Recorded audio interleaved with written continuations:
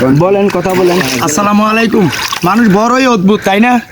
ঠিক পুরনো বইয়ের পাতার মতো, পরের পাতায় কি লেখা আছে কেউ জানে না। আজ বন্যার পানির কারণে যারা ক্ষতিগ্রস্ত তারা জানতো না যে আজকের এই পরিস্থিতির খবর। তো যাই হোক, আমাদের কামাল ভাইয়ের মাধ্যমে আজকের এই আয়োজন করা হয়েছে গরিব অসহায়ের জন্য। এই যে খাবারের বিতরণ করা হয়েছে এবং কি ওষুধ, প্রাথমিক চিকিৎসার ক্ষেত্রে যা যা ওষুধ প্রয়োজন সব লওয়া হয়েছে এবং কিছু খাবার আছে। তারপরে আমাদের এই যে আমাদের টিমের মধ্যে এই ভাইয়েরা আছে, যথেষ্ট পরিমাণ পরিশ্রম করতেছে।